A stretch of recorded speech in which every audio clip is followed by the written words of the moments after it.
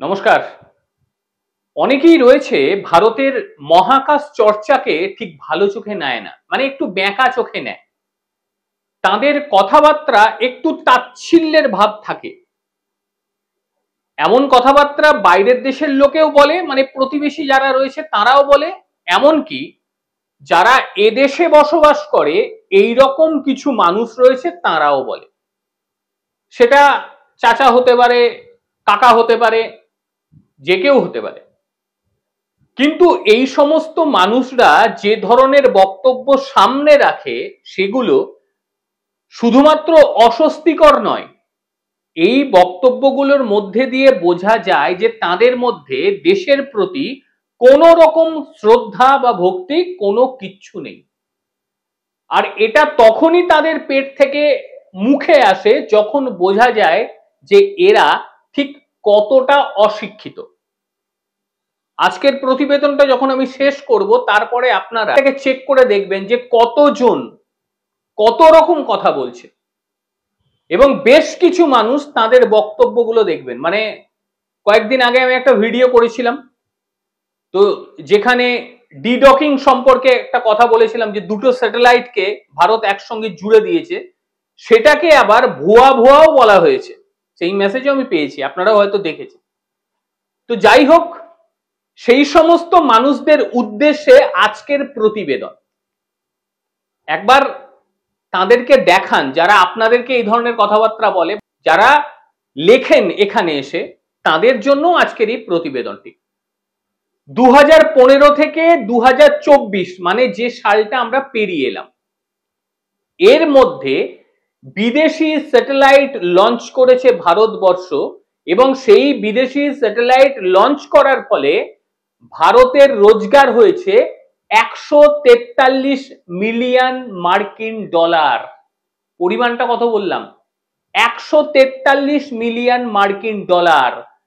এই রকমই বৈদেশিক মুদ্রা আয় করেছে আমাদের ভারতবর্ষ। এটা আমার কথা নয়, এটা কেন্দ্রীয় প্রতিমন্ত্রী মানে স্বাধীন দায়িত্বপ্রাপ্ত মন্ত্রী জিতেন্দ্র সিং লোকসভায় তিনি এই তথ্যটি দিয়েছেন। আজে বাজে জায়গার তথ্য নয়, লোকসভার তথ্য।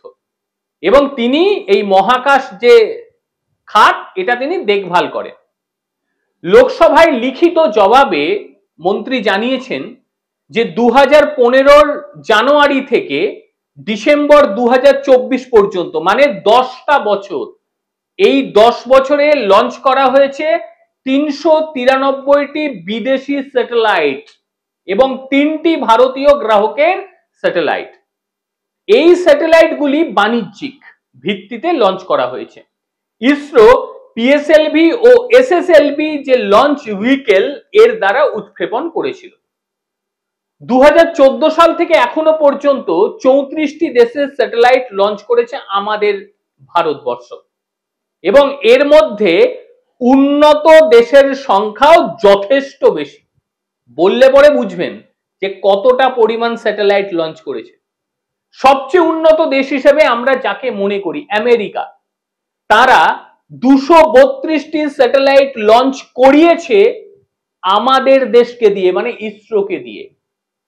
38টি করিয়েছে যুক্তরাষ্ট্র, 19টি করিয়েছে সিঙ্গাপুর, 8টি করিয়েছে কানাডা, 5টি করিয়েছে কোরিয়া, এবং এছাড়াও লুক্সেমবার্গ তারা 4টে করিয়েছে, ইতালি করিয়েছে 4টে, 3টে করিয়েছে জার্মানি, 3টে বেলজিয়াম, 3টে ফিনল্যান্ড, ফ্রান্স করিয়েছে 3টে, 2টো সুইজারল্যান্ড করিয়েছে, 2টো নেদারল্যান্ড করিয়েছে, 2টো করিয়েছে জাপান, ইসরায়েল করিয়েছে 2টো, স্পেন করিয়েছে 2টো, অস্ট্রেলিয়া তারা করিয়েছে 1টি করিয়েছে সংযুক্ত আরব আমিরাত, ও 1টি করিয়েছে অস্ট্রেলিয়া। বর্তমানে 61টি দেশ ও 5টি বহুজাতিক সংস্থার সাথে মহাকাশ সহযোগিতামূলক নথি স্বাক্ষর করেছে আমাদের ভারতবর্ষ, মানে ইসরো। সহযোগিতার প্রধান ক্ষেত্রগুলো ঠিক কি কি রয়েছে? সেখানে রয়েছে স্যাটেলাইট রিমোট সেন্সিং, এছাড়াও স্যাটেলাইট নেভিগেশন, স্যাটেলাইট যোগাযোগ, মহাকাশ বিজ্ঞান, গ্রহ অনুসন্ধান সক্ষমতা বৃদ্ধি ইত্যাদি। এই তথ্যগুলো লোকসভায় একেবারে পৃথকভাবে দিয়ে দিয়েছেন মন্ত্রী। পরপর ভারতের যে সফল মিশনগুলি হচ্ছে তার মধ্যে যদি সর্ববৃহৎ মিশন আমরা ধরি, সেই ক্ষেত্রে আপনারা জানেন যে কোনটা সর্ববৃহৎ মিশন, এবং তার সঙ্গে প্রত্যেকটা মিশনে তারা সফল। 2023 সালে আপনি চন্দ্রযান-3 ধরুন না কেন, যেখানে চাঁদের দক্ষিণ মেরুতে একেবারে সংকটহীন ভাবে অবতরণ করেছিল। ভারতের প্রথম সৌর মিশন যেটা আদিত্য L1, তারও সাফল্যের সঙ্গে হয়ে গিয়েছে, এবং সেটাও খুব সাফল্যের সঙ্গে হয়েছে, এবং দক্ষতা পরিদর্শন করেছে ভারত, এবং নিজেদেরকে একেবারে উচ্চ পর্যায়ে তারা নিয়ে যেতে পেরেছে। এইভাবে ভারত নিজেকে তৈরি করেছে। গগনযান মিশন রয়েছে এবছরের কোনো একটা দিনক্ষণ ঠিক করে গগনযান মিশনও হয়ে যাবে, সেটাতেও ডেফিনেট সাকসেস পাবে আমাদের ভারতবর্ষ। সুতরাং যারা এখনো পর্যন্ত ভারতের এই সফলতাগুলোকে দেখতে পান না, তাদেরকে বলবো একটু শিক্ষিত হন অথবা মুখে সেলাই করে রাখুন। কারণ আপনাদের বিষ মিশ্রিত মুখগুলো দিয়ে যেগুলো বেরোয় সেইগুলো ভারতের চলার পথে কাঁটা হয়ে দাঁড়াবে। কারণ রাজনীতি করতে করতে, রাজনীতির অঙ্গ হতে হতে আপনারা এতটা মূর্খ হয়ে গিয়েছেন যে আপনাদের মুখ থেকে ভালো কিছু বেরোচ্ছে না। এমনকি যারা ভালো, যারা দেশের উন্নতি চায়, তারা কোনো রাজনীতি দেখে না। এই যে আমার সঙ্গে যারা এখন বসে রয়েছেন, যারা দেখছেন, তারা দেখছেন এই কারণে, কারণ তারা দেশের উন্নতি চায়, দেশের ভালো কথা শুনতে চান। রাজনৈতিক কচকচানি এই চ্যানেলে হয় না, এই চ্যানেলে রাজনৈতিক কচকচানি দেখাই না। কোন রাজনৈতিক দলকে প্রমোট করার কোন রকম ইচ্ছে নেই। হ্যাঁ, প্রমোট করব কাকে? আমি আমার দেশকে প্রমোট করব। আমার দেশকে প্রমোট করা মানে কখনোই না কোনো রাজনৈতিক দলকে প্রমোট করা। ইসরোর সফলতা তুলে ধরা মানে কখনোই কোন রাজনৈতিক দলের সফলতাকে তুলে ধরা নয়।